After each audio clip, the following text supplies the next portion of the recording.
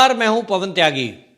कश्मीर में जिला विकास परिषद के चुनाव के जरिए वहां की जनता ने बैलेट से बुलेट को टक्कर दी है और यह जता दिया है कि धारा 370 और 35A हटाने का केंद्र सरकार का जो फैसला था, वास्तव में वहां की जनता उससे काफी खुश है और मुख्य धारा में आकर वो केंद्र सरकार के साथ कंधे से कंधा मिलाकर कश्मीर का विकास करना चाहती है। जी हां, ये तमाचा है पाकिस्तान पर, यह तमाचा है पीडीपी, नेशनल कॉन्फ्रेंस और अलगाववादी ताकतें जो वहां पैदा थी, जिन्होंने इस चुनाव का भी विरोध किया था कि वहां की जनता काफी आक्रोशित है और ऐसे में चुनाव कैसे करा रही है सरकार। ये उन लोगों के लिए तमाचा है, क्योंकि आज जो चुनाव हुआ है पहले चरण का, उसमें लगभग 60% लोगों ने वोटिंग की है। जी हां, ये जो कश्मीर में डीडीसी के चुनाव होने हैं, यूं तो वो 8 चरण में होने हैं, लेकिन उस 8 चरण में जो पहला चरण है वो उस क्षेत्र का है जो सबसे ज्यादा आतंक से प्रभावित रहा है। जी हां, ये एरिया हैं कश्मीर के, दक्षिण कश्मीर के 4 जिले हैं, जिसमें अनंतनाग, शोपिया, पुलवामा और कुलगाम। ये जो क्षेत्र है सबसे ज्यादा प्रभावित एरिया रहा है और इसका कारण ये रहा कि यहां जो नेता हैं उन लोगों ने यहां के युवाओं को कोई रोजगार, कोई शिक्षा, उनके लिए कोई चिंता नहीं करी, बल्कि यहां उनको रोजगार के नाम पर पैसा देकर पत्थर थमाए और देश की सेना और सुरक्षा बलों के साथ उनको भिड़वाया और हमले करवाए, जिसके कारण से बहुत सारे युवक वहां इन नेताओं के चक्कर में आकर, क्योंकि नेताओं ने कश्मीर की आज़ादी का नारा दिया और उनको कहा कि ये जो कश्मीर है ये हमारा है और इसको जब हम आज़ाद कर देंगे तो हम लोग आज़ादी से इसका विकास करेंगे।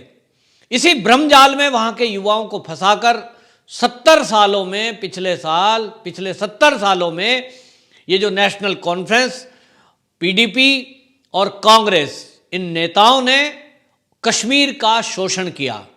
हमने देखा कि पिछले दिनों किस तरह से एक घोटाले का खुलासा हुआ है।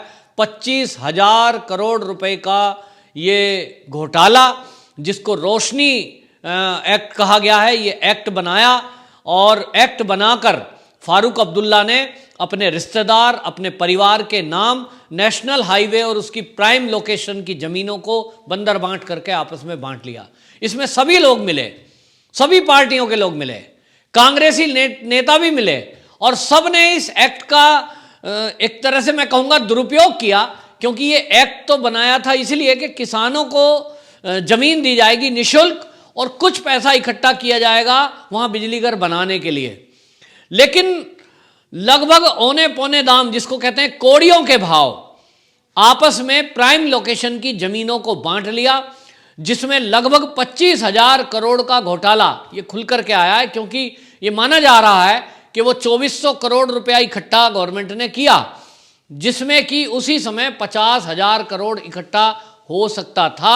लेकिन नेताओं की बंदर बांट में जो कौड़ियों के धाम ये जमीन दी गई और प्राइम लोकेशन, जहां होटल बने हैं आज, जहां फार्म हाउस बड़े बड़े बने हुए हैं, जहां पर कुछ फैक्ट्रियां लगी हुई हैं, ये पूरी बेल्ट को जम्मू से लेकर कश्मीर तक ये कब्जाने की एक साजिश की गई और ये खुलासा हुआ कि किस तरह से कश्मीर के नेताओं ने अपने स्वार्थ के चलते कश्मीर के लोगों के हक को मारकर उनकी जमीनें भी अपने नाम कर ली।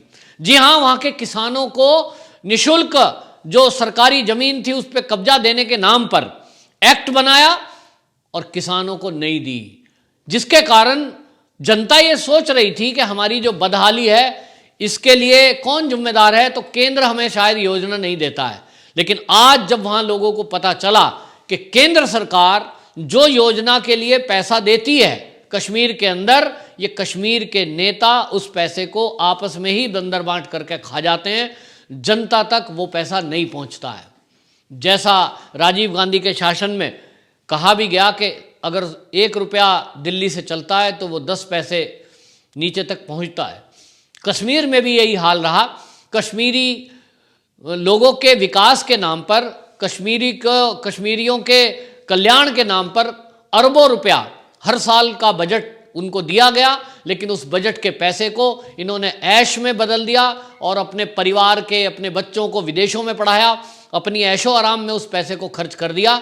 जनता की भलाई नहीं करी। जनता में आक्रोश रहता था, बेरोजगार युवा थे और उनको ये कहा भाई देखो तुम्हारी तो सरकार कोई चिंता करती नहीं है, इसलिए सरकार के विरुद्ध लड़ाई करके हम अपने आप अपने पैरों पर खड़े होंगे, और उनको बरगलाया। लेकिन आज जब केंद्र सरकार 2014 से मोदी सरकार आई है, उनकी जो योजना पूरे देश में लागू हुई है, युवाओं ने भी इस चीज को समझा है कि बाकी इस देश के युवा किस तरह से आत्मनिर्भर बन रहे हैं। गवर्नमेंट उनको मुद्रा लोन दे रही है। तो आज जब पोल खुली है इन नेताओं की कि ये तो घोटाला और घपला करके उनके हिस्से का पैसा और जमीनें भी हड़प रही थी, तो आज वहां की जनता ने इसका स्वागत किया है। और इसका एक बड़ा सबूत है कि धारा 370 और 35 से हटने के बाद ये पहला चुनाव जो जिला विकास परिषद का हुआ है, इसमें बढ़ चढ़ के लोगों ने भाग लिया। ये जताता है कि जो जनता है वो अब वहां के नेताओं को नकार चुकी है। अब उनको नेशनल कॉन्फ्रेंस के नेताओं की ये फालतू दलीलें नहीं चाहिए कि कश्मीर को आज़ाद करना है। अब उन्हें पीडीपी की वो भाषा नहीं चाहिए जिससे वो हिंदू मुस्लिम करके वहां आपस में लड़ाते थे। अब उनको कांग्रेस की भी चालों का पता लग गया है कि ये कांग्रेस पिछले 70 सालों से केवल कश्मीरियों का भला करने के नाम पर केवल अपना भला करने में लगी हुई थी। अब उनको पता लगा है कि भाजपा की सरकार जो केंद्र में बैठी है, मोदी सरकार उनका भला कर सकती है। मेन धारा में जुड़कर एक निशान, एक संविधान, एक विधान बन गया है, जिसके कारण जैसे पूरे देश में गरीबों के लिए निःशुल्क मकान दिए जा रहे हैं, तो कश्मीर में भी गरीबों को मिलेंगे। जिस तरह से युवाओं को रोजगार दिया जा रहा है, वो कश्मीरी युवाओं को कश्मीर के अंदर ही उनको रोजगार उपलब्ध कराए जाएंगे। जैसे पूरे भारत में सड़कों का जाल और ट्रेनों का जाल बिछाया जा रहा है, विकास की बयार बह रही है, वो कश्मीर के अंदर भी बहेगी, जिससे व्यापार पूरे देश में बढ़ेगा। ये चीजें हैं। और योजना किसानों के लिए भी है जो केंद्र सरकार ने दी। हमने देखा कि बीमा योजना कश्मीर में लागू नहीं थी। जमीन जो किसानों को मिलनी थी, उनके जो पैसे खाते में जा रहे थे, ये वहाँ के जो राजनीतिक दल हैं, इन्होंने केंद्र की योजनाओं को लागू नहीं होने दिया, क्योंकि इनके दिमाग में पूरी चाल और साजिश तय थी कि यदि केंद्र के द्वारा दी गई योजना इनको डायरेक्ट दी गई तो योजनाओं का पता चलेगा कि ये तो मोदी जी ने दी है, तो फिर तुमको कौन वोट देगा। और इसलिए इन्होंने योजनाओं को रोक के रखा, बीच में बाधा बन गए। आज जब लोगों को पता चला कि तुम्हारे साथ ये जो लोकल नेता हैं, ये जो अलगाववादी नेता हैं, इन्होंने छल किया है, और छल ही नहीं अपराध किया है। क्योंकि ये अपराध है कि किसी युवा को आप रोजगार देकर उसको जो है अच्छा नागरिक बनाने के बजाय आतंकवादी बनाने की तरफ धकेल दो। ये बहुत बड़ा गुनाह है, और ये गुनाह वहाँ के लोकल लीडरों ने किया है। आज वहाँ कश्मीर की जनता इस बात से त्रस्त है। और जैसा मैंने कहा कि ये जो दक्षिण कश्मीर के 4 जिले, ये अनंतनाग, शोपिया, पुलवामा और कुलगाम, ये वास्तव में इन्होंने निकट से इस आतंकवाद को झेला है। रोज वहाँ आकर के सुरक्षा बलों के द्वारा घेरा डालना, गोलियां चलना, बम चलना, घर घर की तलाशी होना, कौन चाहेगा? ये लोग भी नहीं चाहते, लेकिन नेताओं को शायद ये सूट करता है। और इसलिए पुलवामा अटैक होगा, उसकी साजिश में लोग शामिल होंगे। हमने देखा कि जब एनआईए जांच कर रही है, तो एनआईए की जांच में वहाँ के लोकल पार्टियों के नेता भी पकड़ में आए कि उन लोगों ने किस तरह आतंकवादियों की मदद की।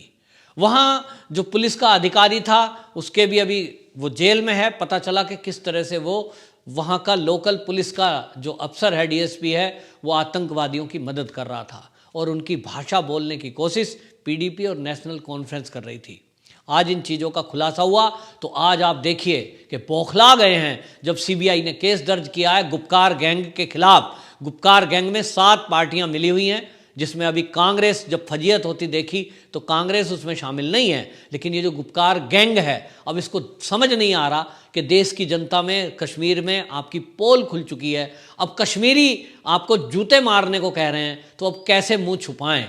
तो ये पीडीपी की महबूबा मुफ्ती जहरीले बयान देना शुरू कर दिया है। और वो क्या बोल रही हैं? वो बोल रही हैं कि देखिए, ये चुनाव कोई हल नहीं है, कश्मीर का हल तो धारा 370 की बहाली के बाद ही होगा। फिर भी बरकलाने की कोशिश कर रही हैं ये। धारा 370 की बहाली से कैसे होगा? तो वो कहती हैं कि देखिए, कश्मीर से जो केंद्र सरकार है वो चीन से तो बात करती है, लेकिन वो पाकिस्तान से बात नहीं करती। क्यों? क्योंकि पाकिस्तान एक मुस्लिम देश है। और ये कहते हुए वो आरोप लगा रही है केंद्र सरकार पर कि केंद्र सरकार तो सांप्रदायिक है। मतलब आप देखिए महबूबा मुफ्ती के बोल, वो एक मुख्यमंत्री भी रह चुकी हैं, क्या उनको नहीं पता कि हमारी सरकार चीन से क्यों बात करती है, पाकिस्तान से क्यों नहीं करती? क्योंकि चीन हमारे देश में किन्हीं आतंकवादियों को हथियार गोला बारूद देकर आतंकवादी नहीं भेजता। हमारे बॉर्डर एरिया पर वो अनावश्यक रूप से सीज फायर का उल्लंघन नहीं करता।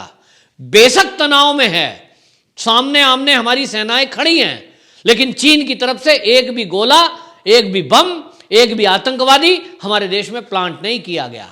और इसलिए बात की गुंजाइश है। पाकिस्तान ने लगातार पिछले 70 सालों में हमारे देश में आतंक की फैक्ट्री को अपने यहां लगाया और आतंकवादियों को भेजने का काम किया। हमारे यहां इतना नुकसान किया है कि हमारे सैनिक जो शहीद होते हैं वो ज्यादातर पाकिस्तान बॉर्डर पर होते हैं, उनके भेजे हुए आतंकवादियों के द्वारा होते हैं। और इसलिए आतंक की फैक्ट्री पाकिस्तान, उसके सामने भारत सरकार ने शर्त रखी है कि पहले आप आतंकियों की मदद करना बंद करिए, और जो आतंकवादी जिन्होंने भारत में कहर मचाया है, चाहे वो 26/11 के गुनाहगार हो, चाहे वो मुंबई ब्लास्ट के गुनाहगार हो, आप उनको पहले भारत सरकार को सौंपिए, उनके खिलाफ सख्त कार्रवाई करिए, तब हम तुमसे कोई वार्ता कर सकते हैं। ये जो कंडीशन है ये इसलिए लगाई गई क्योंकि पाकिस्तान के हजारों सबूत भारत सरकार के पास हैं कि जब उन्होंने सीज फायर का उल्लंघन किया तो उनकी सेना ने ये आतंकवादियों को बॉर्डर का पार कराने के लिए साजिश की। तो सेना, वहां की गुप्तचर एजेंसी ISI आतंकवादियों के साथ मिलकर भारत में ऑपरेशन करती है। हमें याद होगा कि अभी मोदी सरकार के आने के पहले तो हर साल बम ब्लास्ट हुआ करते थे, ये सब पाकिस्तान कराता था। तो इसलिए महबूबा मुफ्ती जी, आपकी समझ पे मुझे तरस आता है कि आप किस बिना पर मुस्लिम कंट्री बताकर पाकिस्तान से बात करने की पैरवी करती हैं। आप हिंदू मुस्लिम करने से बाज आइए। आप एक चुनी हुई प्रतिनिधि थी, तो आज मुझे लगता है कि आप तो आतंकवादियों की भाषा बोलती हैं। आप कहती हैं कि जो केंद्र सरकार है वो जो है कानून का दुरुपयोग कर रही है। आप कहते हैं कि देश में अंधा कानून चल रहा है, और आप कहते हैं सबसे बड़ा दुरुपयोग UAPA का किया जा रहा है। तो आपको बता दूं कि ये UAPA आप जैसों के लिए ही बनाया है, क्योंकि आप आतंकवादी फैक्ट्री चलाने वाला पाकिस्तान का पक्ष ले रही हैं, उनसे आप वार्ता की बात करती हैं। दूसरी तरफ कश्मीर का जो नागरिक है, जब वो मेन स्ट्रीम में आने के लिए चुनाव में बढ़ चढ़ के भाग ले रहा है, तो आप उनसे चुनाव के बहिष्कार करने को कहती हैं। आप कह रही हैं चुनाव से कुछ नहीं होगा, आप फिर से धारा 370 लगाने की बात करती हैं। इसी तरह नेशनल कॉन्फ्रेंस के फारूक अब्दुल्ला, वो यहां तक बयान दे देते हैं कि चाहे चीन की मदद लेनी पड़े, हम धारा 370 वापस लगाएंगे। इस तरह के बिगड़ैल बोल आप ही के लिए मोदी सरकार ने UAPA कानून बनाया है। आपको तो जेल से बाहर करना ही नहीं चाहिए, आपको तो सख्त धाराओं में सख्त सजा के तहत जेल के अंदर तुरंत डाल देना चाहिए। आपके मंसूबे कभी भी सफल नहीं होंगे। कश्मीर अब मेन स्ट्रीम में मिलकर केंद्र सरकार के साथ कंधे से कंधा मिलाकर इस देश का एक अभिन्न अंग है, और उसका विकास अब केंद्र करेगा। आपकी वहां कोई जरूरत नहीं है। आगे आने वाले चुनाव में भाजपा के समर्थन से वहां सरकारें भी बनेंगी और वहां लोगों का विकास भी होगा। वंदे मातरम।